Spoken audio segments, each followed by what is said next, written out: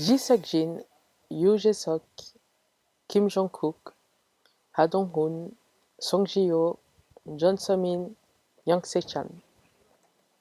Ces noms-là vous dites peut-être quelque chose. Moi, je les ai connus en tout premier avec les Running Man. Ces Coréens m'ont appris beaucoup de choses sur la culture coréenne.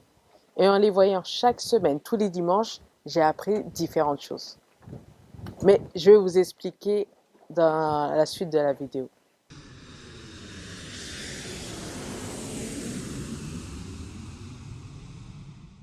Bonjour, je suis Aurore, bienvenue sur En mode Hallyu, la chaîne qui vous fera aimer voyager en Corée du Sud. Et aujourd'hui, je vais vous parler de personnes que nous voyons avec la télé et qui ont beaucoup influencé ma vision de la Corée du Sud. Ce sont les membres de Running Man. Running Man, c'est une émission de télé coréenne qui existe depuis un bout de temps, ce qui m'a permis de connaître et de voir aussi évoluer la société coréenne, si l'on puisse dire. Grâce à cette émission, j'ai pu voir différentes régions, différents endroits de la Corée du Sud et apprendre différents points culturels qui sont connus dans les livres, mais le voir en action est beaucoup plus facile à comprendre. Mais tout d'abord, je vais vous parler des membres et pourquoi je les trouve extraordinaires.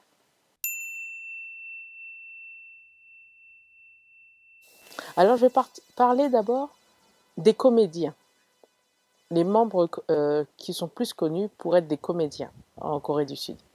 Alors, cela veut dire, je vais vous parler de Yoo Jae-suk, Ji Seok-jin et Yang Se-chan. Comédiens principalement, mais ils ont aussi touché à la chanson. Et il y a aussi les actrices. En 2022, il y a deux actrices, Song Ji-hyo et Jeon So-min.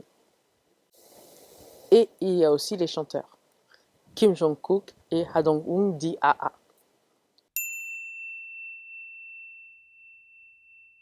Grâce à cette émission, j'ai appris à connaître différentes personnalités qui ont participé grandement à la culture hallyu. Par exemple, c'est dans cette émission que j'ai vu la première fois les BTS, quand ils n'étaient pas encore très célèbres. C'est dans cette émission aussi que j'ai vu des personnalités qui malheureusement nous ont quittés, comme Sully ou Gohara. Et ce qui est bien avec cette émission, et avec toutes les épreuves qu'ils font, donc toute cette originalité, j'ai pu connaître différents acteurs, actrices, chanteurs, chanteuses et d'autres comédiens qui ont une grande influence sur la culture coréenne à l'étranger. Donc, grâce à cette émission, j'ai vu toutes les personnalités.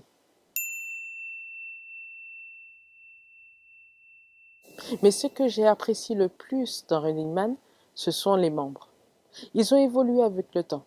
Il y a des personnes qui étaient avec eux au départ, mais qui ne sont plus, parce qu'ils ont décidé d'orienter leur carrière autrement.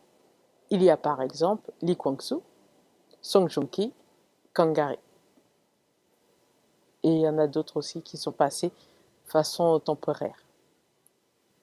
Mais avec eux, j'ai appris différents mouvements musicaux.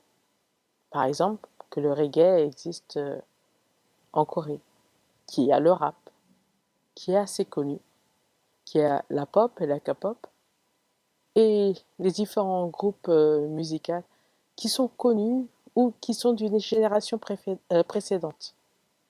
Oui, j'ai connu autre chose que les BTS. Et ce qui est important avec les membres, c'est que comme ils n'ont pas le même âge, ils sont de générations différentes et d'horizons différentes, j'ai appris différentes choses sur la culture coréenne. Le respect pour les aînés, la façon d'appeler ces aînés ou les plus jeunes, les différentes relations qui peuvent exister entre les personnes. Et ça m'a donné un plus quand j'ai voyagé en Corée du Sud pour la première fois. Et je me suis aussi inspirée des régions qu'ils ont visitées, des endroits qu'ils ont visités, pour moi-même faire mes propres voyages.